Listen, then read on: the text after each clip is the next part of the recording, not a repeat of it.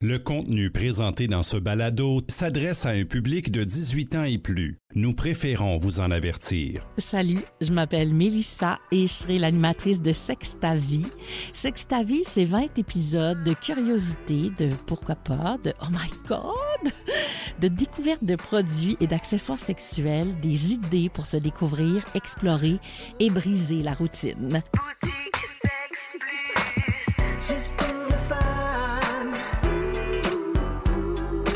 Sexe ta vie, une présentation de vos boutiques Sexe Plus. Stimulez tous vos sens et découvrez de nouvelles dimensions de plaisir. Dans cet épisode, on aborde l'univers du BDSM. J'ai vu un couple rentrer. Le monsieur, il avait des biker boots, un string, un collier, et il était maintenu en laisse par cette femme-là. Il n'avait pas le droit de parler, il n'avait pas le droit de bouger. Puis moi, je me suis avancée, j'ai dit, écoute, j'aimerais ça, je suis curieuse, j'aimerais ça savoir. Elle dit, moi, il me paye pour mes services. Elle dit, c'est quelqu'un qui est très haut placé dans une compagnie. Je pense que c'est un PDG. Lui, ce qu'il voulait vivre avec cette personne-là, c'est un abandon total.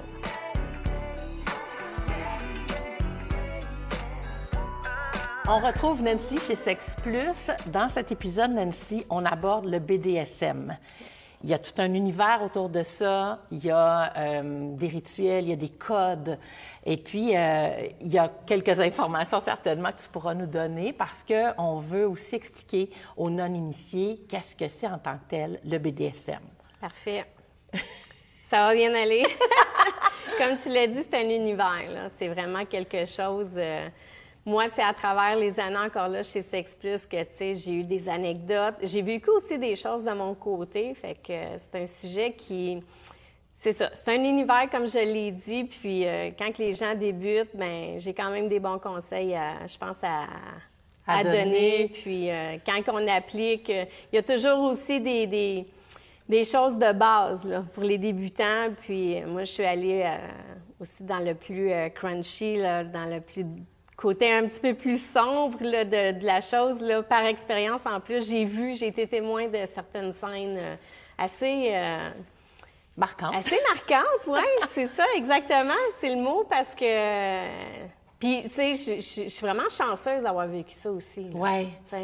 Le BDSM, c'est un acronyme pour bondage, discipline, domination, sadisme. Oui. C'est un peu secret, on dirait. Tu sais, il y a personne... qui va dire « Ah, moi, je fais ça », tu sais, à moins d'aller chercher l'information. Ouais. C'est vraiment pas une société secrète, mais il y a quand même... pas loin. Mais pas loin. Ouais. Il y a beaucoup de pratiques, mais on dirait que c'est plus underground. Oui. Bien, je pense que, tu sais, c'est le côté aussi très, très psychologique de la chose qui fait que c'est plus underground, justement, tu l'as mentionné, parce que... Tu sais, c'est des jeux de rôle, mais il y a un très, très grand consentement dans tout ça. Au départ, ça prend ça, là. Ça prend l'accord, il y a des warmings aussi dans ça. Donc, au départ, là, il y a une entente, puis il y a aussi d'être dans l'acceptation. Hein. Oui. Celui qui va se faire dominer va accepter ça. Puis, c'est un plaisir mutuel, parce que même si tu es soumis, tu vas en tirer un plaisir. Le dominant, ça va être la même chose, c'est vice-versa. Oui. C'est vraiment, là, je te dirais, du 50-50 là, dans ça. Là. Puis 100% chaque individu dans son rôle. Absolument. Là, tu parles de rôle. Oui. Le dominant, le dominé, il y en a qui vont dire l'esclave, enfin. Le soumis, c'est ça, la personne qui est soumise. Est-ce qu'on est spontanément un ou l'autre? Je pense qu'il y a des traits du caractère de la personne déjà au départ qui va faire en sorte que, tu vois, moi, je suis un petit peu plus une personne dominante qu'une personne soumise. Ouais. Je pense que c'est aussi, au départ, ça dépend de ton environnement, dans ton mode de vie. Oui. À la maison ou dans toutes tes sphères, là, au travail, etc. Ça, je pense que ça peut être un facteur influent là, du fait que... Quel rôle tu vas jouer dans ça, là? Puis en même temps, peut-être que de jouer le contraire de soi peut être intéressant. Oui, oui. C'est pour ça qu'il y en a qui font les deux, probablement. Oui, tu as aussi les switches.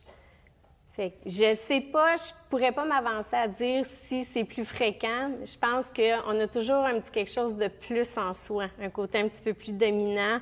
Tu sais, comme je te dis, c'est relié avec nos traits de caractère. Hein? Il y a des gens dans la vie qui aiment ça.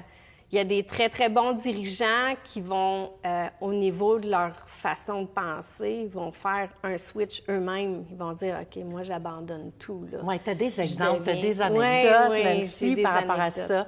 Donc, tu as exploré, tu as pu voir ces scènes marquantes-là. Parle-nous des images que tu as.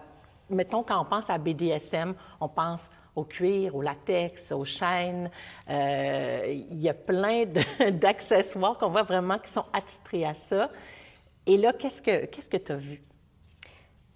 Si on parle de la scène dont j'ai été témoin, il y a des années de ça. Ce bar-là n'existe même plus d'ailleurs, là, probablement parce qu'il se passait trop de choses qu'il fallait pas qu'il se passe, mais j'ai quand même été témoin de ça.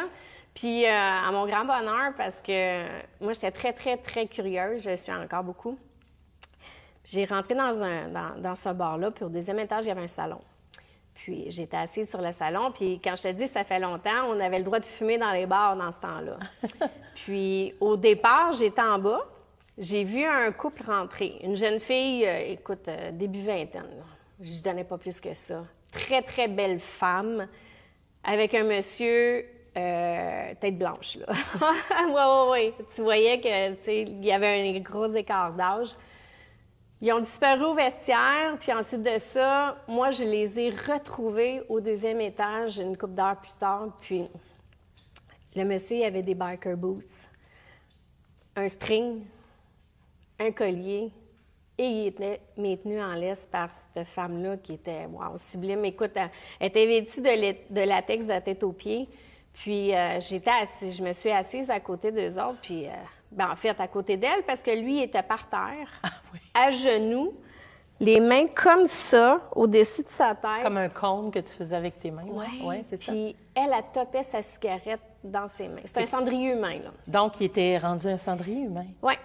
Il était rabaissé, je te dirais, jusque-là. C'est ça, c'est qu'il était vraiment soumis à ce point-là, puis...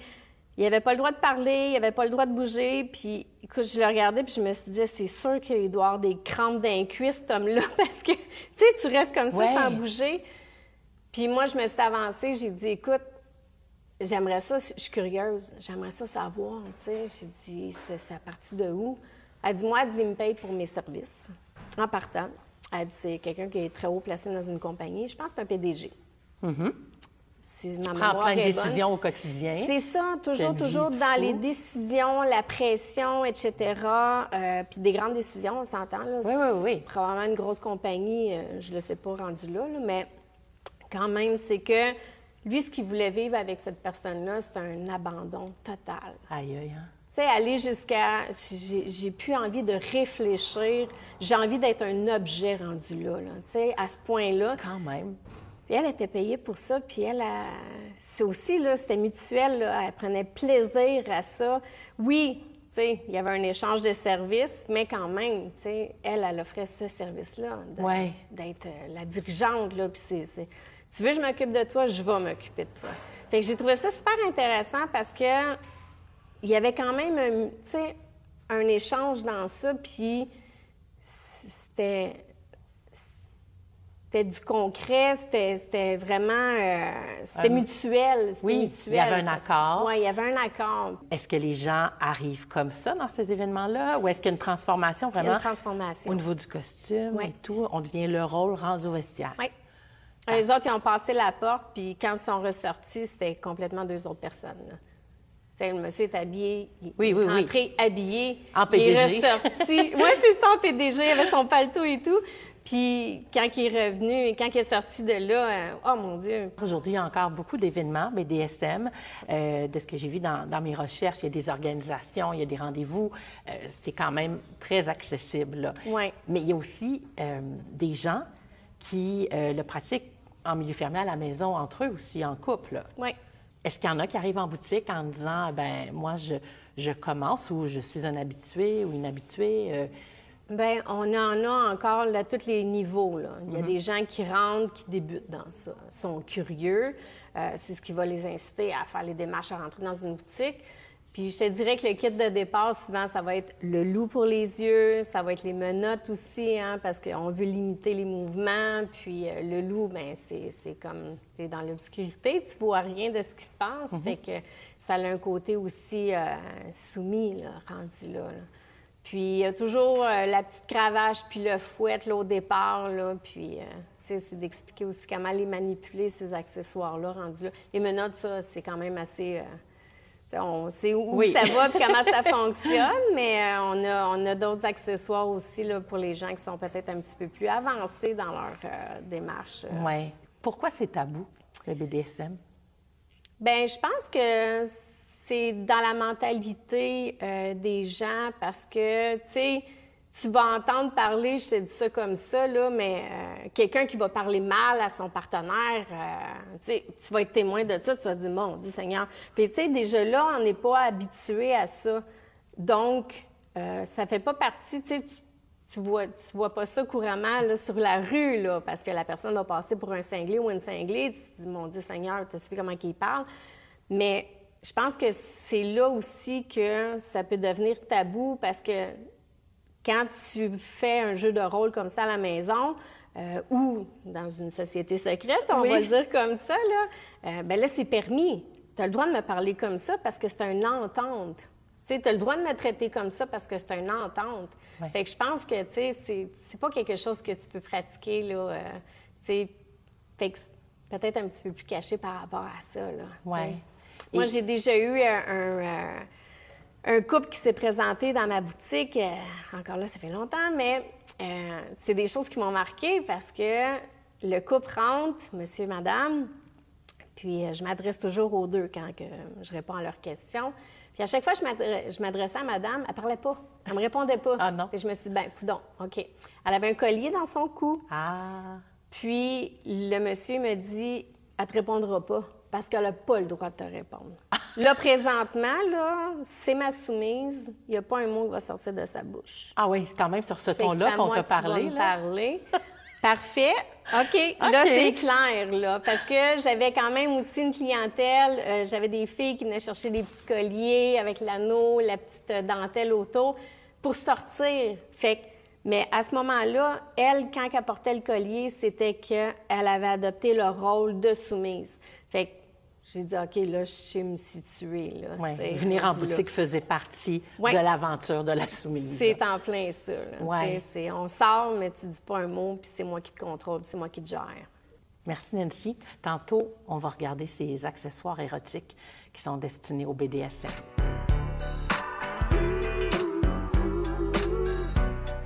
Dans la série Balado Sexe ta vie, Jimmy revient quelquefois nous parler de la sexualité et de la technologie. Aujourd'hui, on parle de BDSM dans le métaverse.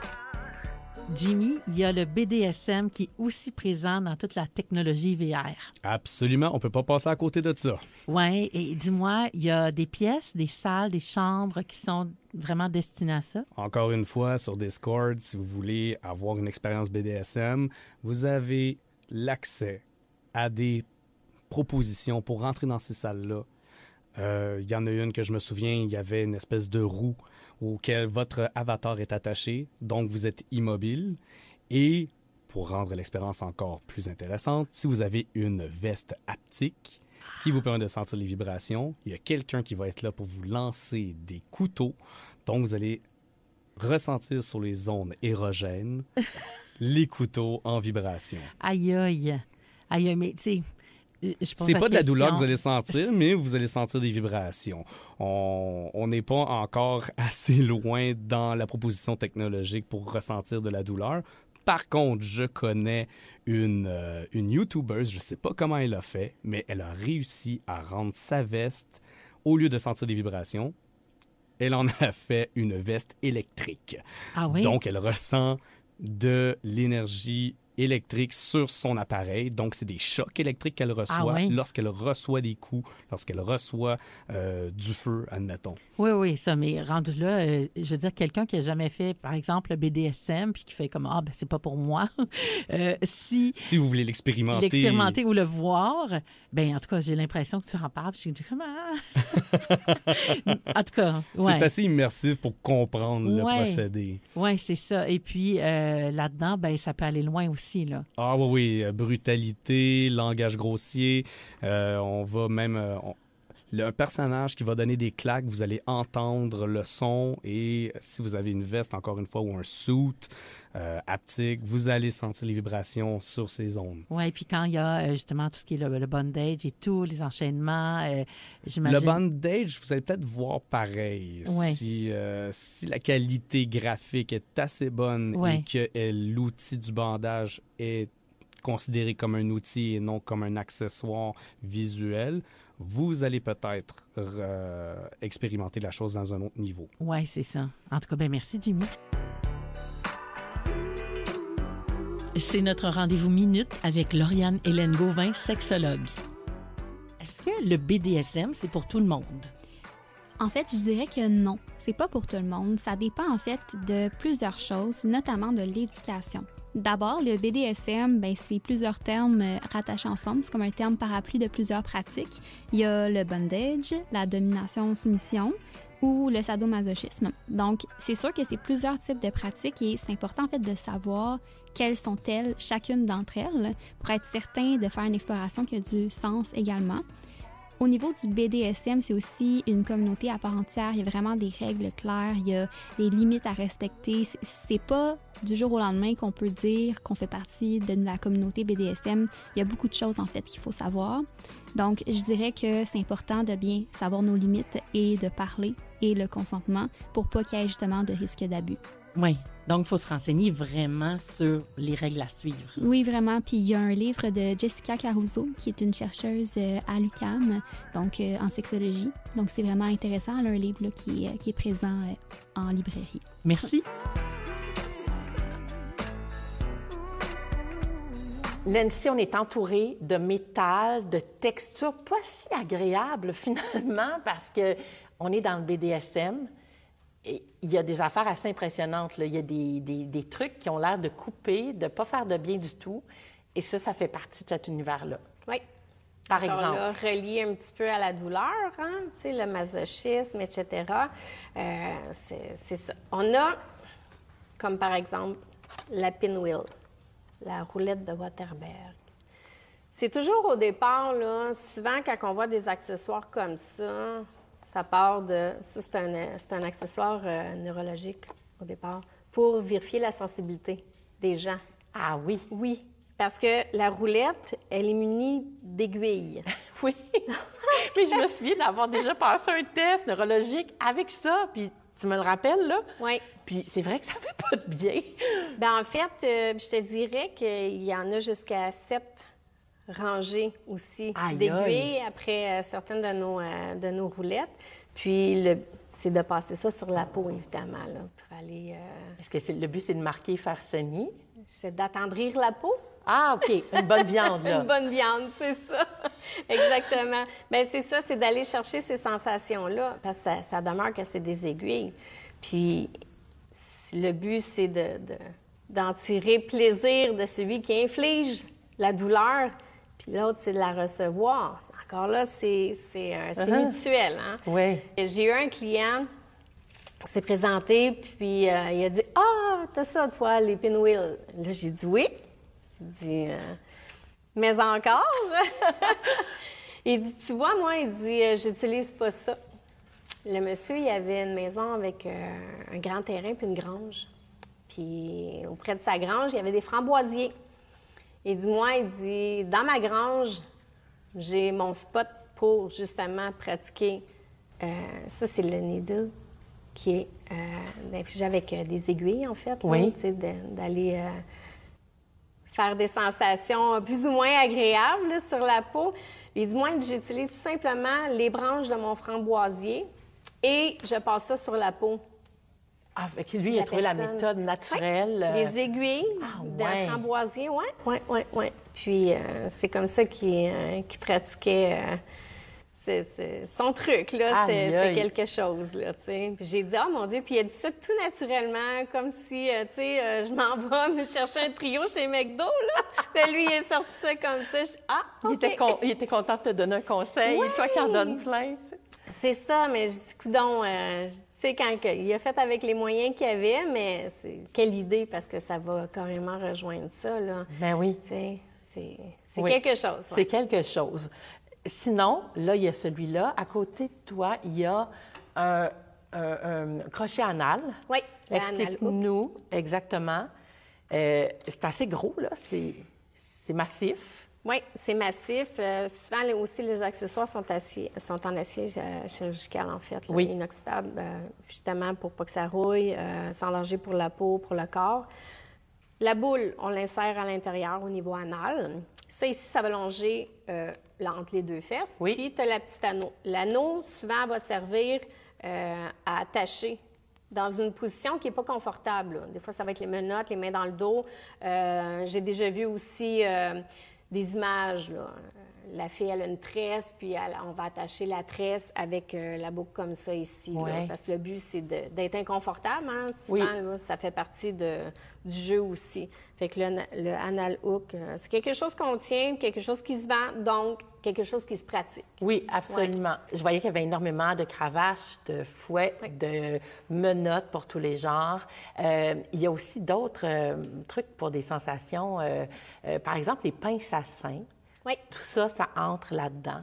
Il y a des gens qui peuvent utiliser des fois un peu n'importe quoi. Oui, parce c'est ça que j'allais dire. Pousser là, leur expérience. Là. Ils vont pas nécessairement en boutique parce que, bon, ils sont peut-être gênés, mais ils vont prendre qu'est-ce qu'ils ont à la maison pour s'adonner à ces pratiques-là. Là, oui, t'sais. mais entre toi et moi, tu sais, je veux dire, c'est beau, tu l'as puis tu l'utilises, mais c'est parce que ça n'a pas été conçu pour ça. Non. Bien, au départ, quand on regarde certains accessoires pour le BDSM, ça part de... C'est vrai? Tu sais, c'est ça, c'est que ça part quasiment de la médecine. Ben, en fait, ça part souvent de la médecine, tu sais, c'est on a essayé ça, puis on va extrapoler, puis on va l'essayer d'une autre façon, si on peut en profiter pour en tirer du plaisir, une jouissance, pourquoi pas, là, tu sais? Oui. J'ai une personne qui s'est présentée, puis elle dit vous avez des dilatateurs d'urètre maintenant? J'ai dit oui. J'aimerais ça savoir. Tu sais, là, tu piques ma curiosité. Fait que, il dit, moi, j'utilise, tu sais. J'ai OK, ben j'ai dit, explique-moi, tu sais. J'ai dit, si tu veux me le partager, puis il était super ouvert, ben, tu sais, il m'a dit, ben, pourquoi pas. Puis il a pris plaisir aussi à me partager ça. C'est que lui, il rentrait le dilatateur d'urètre dans son urètre, évidemment. Il pratiquait avec deux. Une que tu insères à l'intérieur de son urètre, puis l'autre à l'extérieur qui est maintenue parallèlement sur le long de sa verge. Oui. Puis il se mettait une belle petite batterie de 9 volts, puis il se donnait des chocs avec ça. Ouais. Ouais. Ça, c'est beaucoup d'imagination, tu sais, pour t'amener à ça. Oui, c'est ça. Mais c'est de pousser encore là, parce que quelle idée il y a eu de faire comme, ben moi, je vais me mettre une batterie de 9 volts là pour me donner un choc, là. Tu sais, c'est particulier. Puis la sensation, ben c'est tout à l'intérieur. Oui. Évidemment, du pénis. Oui, c'est ça. Puis tu vois, lui, il pratiquait ça seul, là. Mais ça, c'est quand même une forme pas de soumission, mais je veux dire de masochisme. Ben oui, c'est ça, exactement. Mais absolument. On est dans cette catégorie-là. Là. Ouais. Hey, merci, Nancy. Lauriane Hélène, j'ai besoin de tes lumières comme sexologue. Est-ce que le BDSM, ça appartient à un fantasme ou à un besoin? En fait, ça peut faire partie des deux. Quand on parle de fantasmatique, on peut penser, par exemple, à 50 Shades of Grey. Que là, on n'est pas vraiment dans une structure ou dans un cadre clair de les pratiques, en fait, qu'on réalise. Alors que le BDSM, c'est plus un besoin, par exemple, identitaire. Il y a tout le côté émotionnel également qui est rattaché à tout ça. Donc, c'est important, en fait, de savoir qu'est-ce qu'on veut, justement, explorer, puis c'est quoi nos besoins. Mais avant ça, tu sais, dans la sexualité, c'est d'avoir des réflexions continues sur ce qui nous intéresse puis ce qu'on veut faire, finalement. Mm-hmm. Oui, c'est ça. C'est comme s'il faut faire parler le cerveau avec le corps. Mais tellement. Tellement. Il faut qu'il y ait une cohérence parce que sinon, on fait des pratiques que, justement, on se sent pas bien. Puis c'est important, en fait, de se questionner sur qui on est, autant dans la sexualité que dans tout le reste de la vie, finalement. Tellement bien dit, merci. Sexe ta vie, une présentation de vos boutiques Sexe Plus qui vous offre une sélection d'accessoires et produits de qualité soigneusement choisis. Visitez l'une de nos nombreuses boutiques pour une expérience personnalisée ou explorez le sexplus.com pour découvrir de nouvelles dimensions de plaisir. Sexe ta vie, une production M105.